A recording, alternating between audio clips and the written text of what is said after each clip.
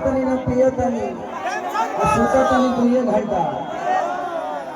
आज मेरे मंच पे हमारे बड़े भाई और ये जितने बेहतरीन नेता हैं उससे कई गुना बेहतर ये इंसान है। तो मैं चाहता हूं कि अखिलेश भैया के लिए जोरदार हल्ला करो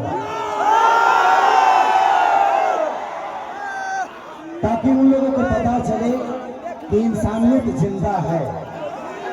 मैं इस चुनाव में वादे नहीं कर रहा हूं। मैं एनडीए के जितने भी नेता हैं मैं उनसे सिर्फ सवाल कर रहा हूं कि आप तो हमारी बुराइयां गिना देते हो लेकिन आप अपना काम वक्त गिनाओगे। तो मेरे तरफ से जितने भी मंच पे बैठे हुए माने अखिलेश भैया, मेरे सुनील चाचा, मेरे पिताजी भी आए हैं, विजय लाल यादव जी मेरे बड़े भाई हैं, और जितने भी हमारे लोकल लीडर जो खेसारी बन के मैदान में अड़े हुए हैं और खेसारी बन के लड़े हुए हैं उनके लिए जोरदार हल्ला करो। तो थैंक यू सो मच। मैं नेता नहीं बल्कि आप सबका बेटा हूं, इसलिए दिल की बातें कह जाता हूं।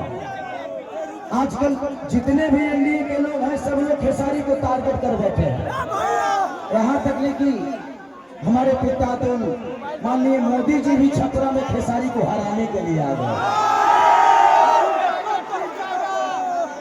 जो लड़ के बड़ा हुआ है उसको कोई हरा सकता है?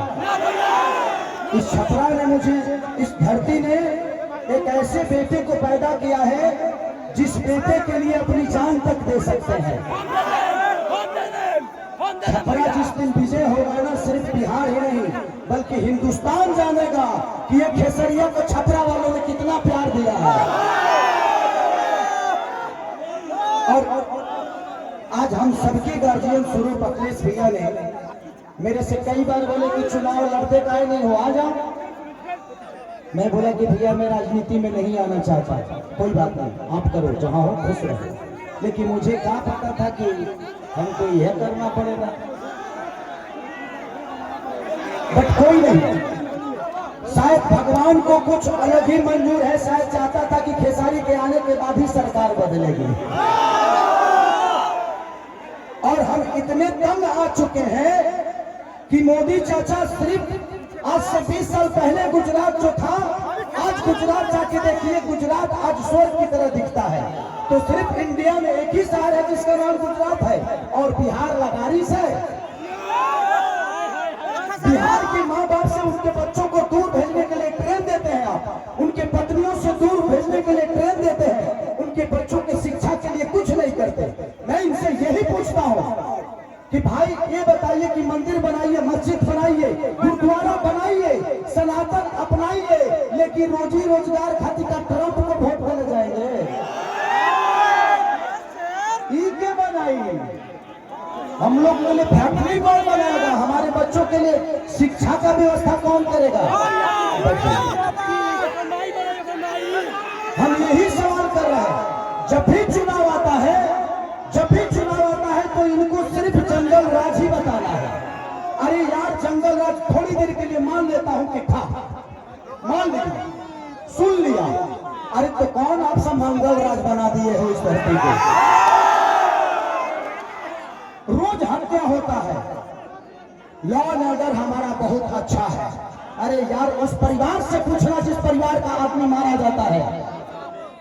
सिर्फ एक आदमी नहीं मारा जाता है बल्कि वो घर का चिराग था, अपने घर की विश्वास था, जिसको मार दिया गया। उसके बाद जिसको जेल में डालते हो उसका भी करियर बर्बाद होता है। तो हमें डीजी कर दो ना यार, हमें काम दे दो।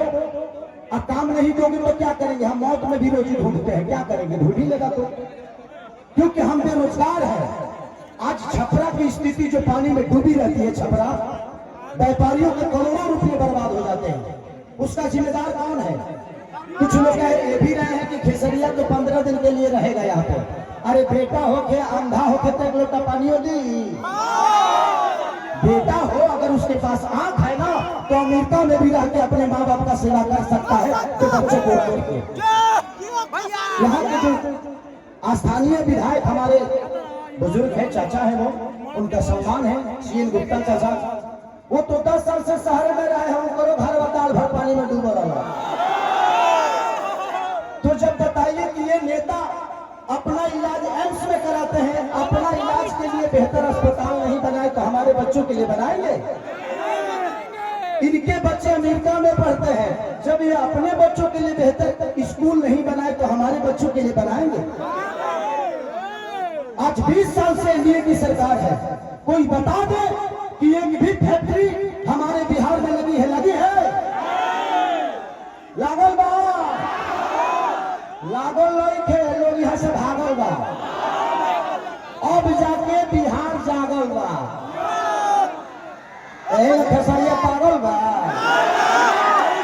जी। नवतर एगो हमारे बड़ भाई है मानिए रवि भैया, महादेव महादेव है। ये जीते जी तो हमारी जिंदगी को नरक बना देते हैं और मरने के बाद गोरखपुर में स्वर्ग की सीढ़ी लगवा देते हैं। माननीय मुख्यमंत्री योगी जी बैठे हुए हैं और कह क्या रहे हैं, महादेव तुम लोग यहाँ चलोगे तो स्वर्ग में जाओगे। मरते जीते जी तो कुछ दिए नहीं, अब मरने के बाद कौन आदमी हर हर महादेव करके चलता है जी? तो योगी जी कभी समझ रहा है कि किसके हाथ में हम गोरखपुर सौंप दिए?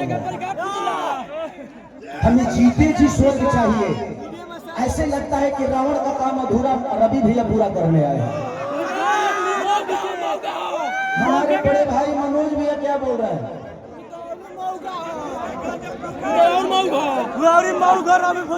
तो ये सारी चीजें हैं, ये तो बोला कोई बात नहीं, बड़े भाई ने छोड़िए, इस बात को हटाइए। तो मैं चाहता हूँ कि ये भाषण का टाइम नहीं है, क्योंकि भैया को भी बहुत जगह जाना है और भैया की बहुत बिजी शेड्यूल है और मुझे भी यहाँ से राघोपुर जाना है भैया के क्षेत्र में। तो हम चाहते हैं कि मेरे बड़े भैया अखिलेश भी आए और हमारे भाइयों को से बात करें। हेलो।